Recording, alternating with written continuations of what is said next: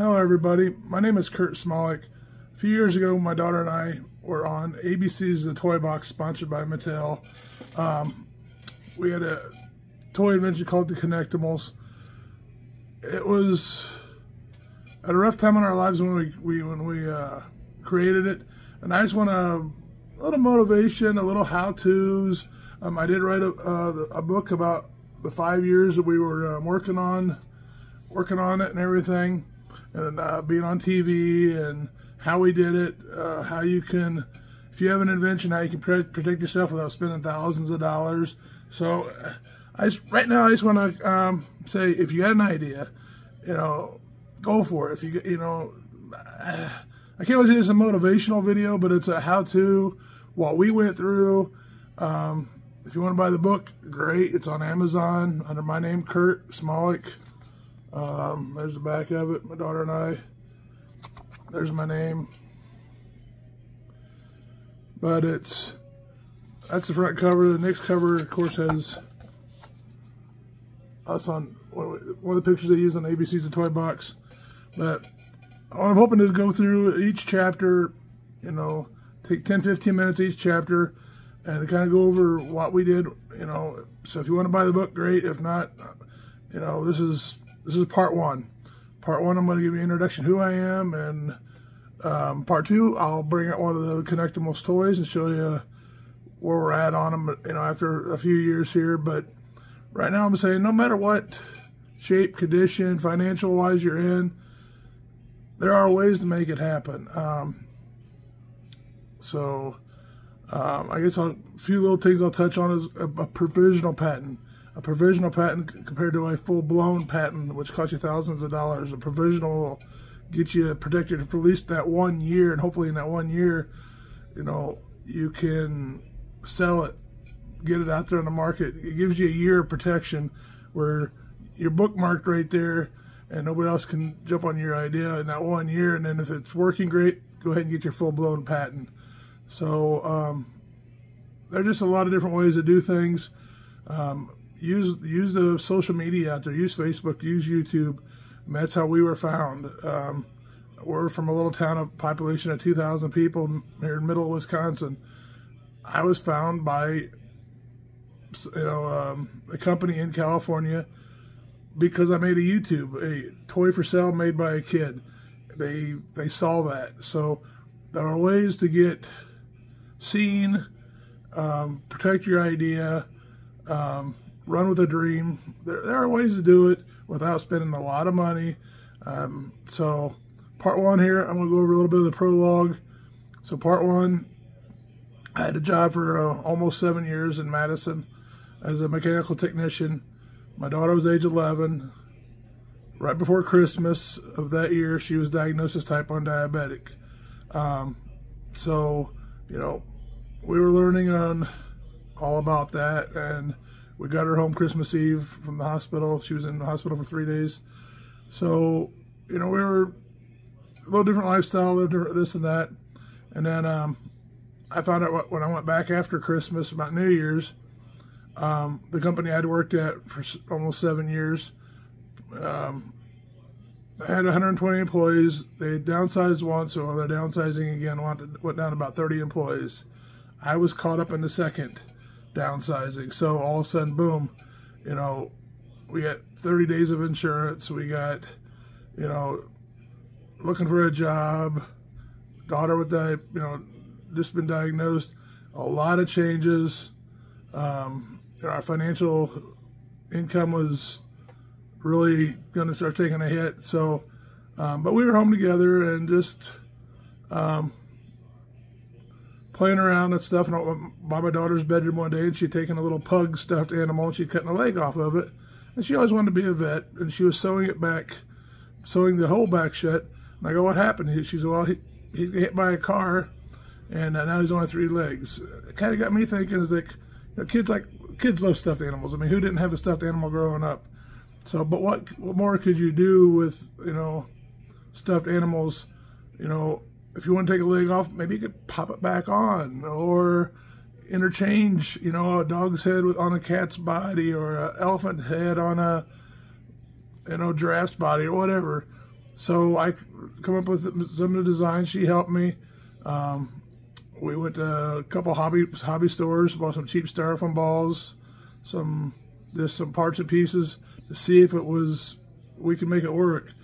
And so I mean, it wasn't nothing expensive, just a few styrofoam balls and some glue and a few magnets, and we got it working. So I guess after that we went to Goodwill and picked up a couple more stuffed animals the same size. It kind of made me feel bad. I was taking a stuffed animal and cutting their heads and legs and tails off and inserting magnets, gluing them back together, gluing the magnet into the arms and or paws, whatever you want to call them, and into the body. And then we were playing with them. We had 3 or 4 of them we could interconnect.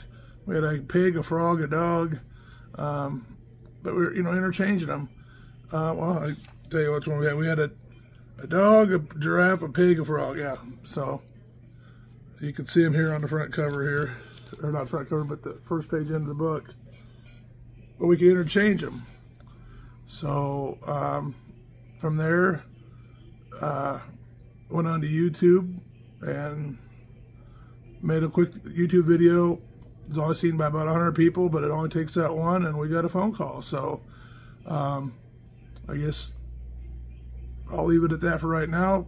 This is part 1. Part 2, I will get a Connectimal out, show you how they work, and I'll go through chapter 1 a little bit. I kind of give you the prologue. The prologue in the book just now, where we come from, how we did it. We met a lot of people, other entrepreneurs, inventors, which gave me good connections, ideas, and just a positive attitude, saying, "Yeah, I can do this." Don't have people say, "Just that's stupid," or it's one person's idea. I mean, or one person's opinion. If you believe in it, try to make it happen. There are ways to make it happen without always, oh, give us $1,000, we'll help you out. There are affordable, cheap ways. A provisional patent's a couple $100. Yeah, that's the most expensive, but that protects your idea for a good year. YouTube, Facebook, there are all these other, platforms out there. You can get your idea out there as long as you get that provisional patent protecting you for the first year. You have all these other platforms you can make a quick ad for. Hey, I got this idea. I'm looking to sell it. I'm looking to get funding for it, and see what other people think. I mean, you're going to have people that like it, people that don't like it. I mean, but you never know. So next one, part 2, I will go into chapter 1 of how it all started, and then my book, I believe, has 17 chapters, so hopefully I can do all 17, from the invention to them coming to our house and videoing us going to New York, being on the show, who we met, coming back, and modifying taking their thoughts, their ideas from professionals, and say, hey, add this, do this, and taking their thoughts and making it a better idea. So listen to people. I mean, your idea may be great, but somebody may, a professional, I feel, say, hey, it would work better if you tried this, or make it a little bigger, like ours. Make them a little bit bigger so they're not a choke hazard, or this or that. Take those ideas. You don't have to do them all, but it's just an idea. But there are people out there that will try to help you. There are a lot of people out there going to try to take your money and copy your idea, which I get into that because somebody copied us. Right after I got a patent, they went out there after we were on the show and did the same thing. So I can tell because there were our original sizes we had on the show. Once we got back, we made them a little bit bigger. But what they do, this competitor or copycat, whatever, made them like our originals, which were on the show, not like what we have them now, which are bigger and a little more, I can say, a little better. So just be careful of that. Be careful who you tell without that provisional patent. Get that provisional patent. I know a couple $100 is a lot of money, but it's not like thousands for a full-blown patent. At least you're protected for a year. So I'll get into that a little bit more too, along with some other ideas, some other strategies, who we talk to, and then just a little bit of everything. But if you get an idea, you got a dream, go for it. Use what's out there with social media nowadays, with computers nowadays, internet nowadays. You can do searching of your own. You can see if there's anything out there under that name. Just go for it, okay? I mean, if me from a little town of population 2,000 here in the middle of Wisconsin can be flown to New York and be on a national television, why can't you? I mean, why can't you have an idea that takes off? So keep dreaming. If you have an invention, go for it. Don't tell nobody you can't do it, or don't have people tell you can't do it, because you can. There are ways to do it.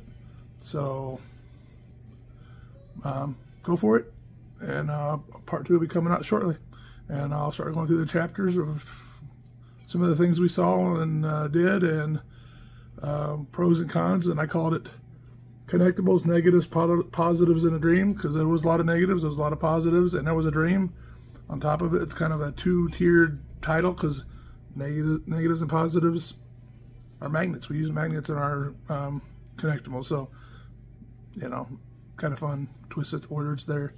So until next time, keep dreaming, make it happen.